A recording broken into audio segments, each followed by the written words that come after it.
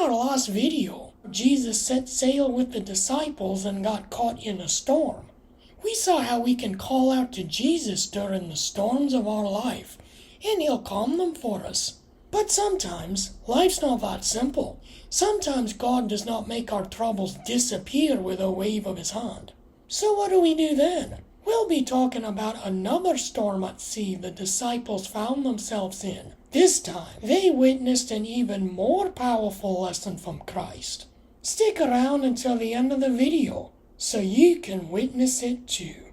So the disciples row away to sea. Suddenly, another huge storm started raging against them. The wind was shrieking, lightning flashing, waves crashing all around them. This time, Jesus was not with them. He stayed behind on land so he could spend time alone in prayer with his Father. They couldn't just wake him up like last time and have him calm the storm. The disciples were no doubt terrified as they were being tossed around like a bone in a dog's mouth. But they became even more terrified when they looked out in the pitch darkness of the open sea and saw a ghost. Well, not really. It wasn't a ghost. It was Jesus, walking toward them on the water. "Take courage," he said. "It's me. Don't be scared." It's important to note that much time had passed since the boat left shore. Several hours, apparently. Today it can be even longer before we feel Christ's presence in our storms. For days, weeks, months, sometimes years, we can feel helpless, lost in the uncertainty of a troublesome event. And we wonder the whole time, "Lord, where are ye?" And finally, when it seems we cannot take it anymore, then he comes to us. But even now, notice that Jesus did not calm this storm. It's not like suddenly the wind stopped roaring, the waves flattened out, and the shining light of the sun rose in the sky. Jesus was not standing there, bone dry, his hair perfectly combed. No, my friends.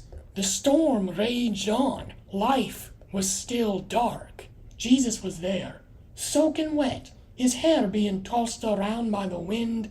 He may not calm your storm right away, but he's there in the midst of it. Sounds cheesier than a block of cheddar, I know, but it's true.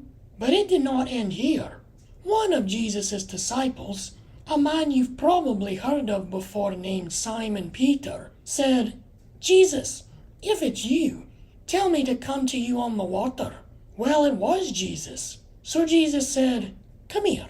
So Peter hopped out of the boat in the middle of this hurricane-force storm and started walking on the water. The others were probably like, "Bro, you're crazy. No way I'm leaving the safety of this boat. Get back here." But Peter was only human. His fears quickly came back. But as soon as he took his eyes off Christ and instead put his eyes on his situation, then he started to sink. Can you imagine it? Peter thrashing for his life, gurgling water as he just cries out, trying to gasp a breath, "Lord, save me!" It's not pretty. We don't like to think about it, but we live it all the time. The Bible says Jesus immediately grabbed Peter's hand and pulled him back up. Sometimes we find ourselves in a situation where nothing but darkness and hopelessness surrounds us. We too can become overwhelmed and beaten down by life's storms. But when we stay focused on Christ, as hard as that can be, I admit, we can persevere. You'll certainly still get wet from the storm. You may even sink a little bit, but you won't drown. As for the disciples, Jesus pulled Peter up and they both got into the boat. Right away the winds calmed and the disciples made it to the other side safely. If you missed part 1 of this video, be sure to check it out using the link in the description below.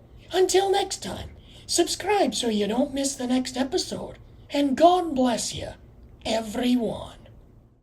When we... Lord save me. Lord save me. Of course Peter graded...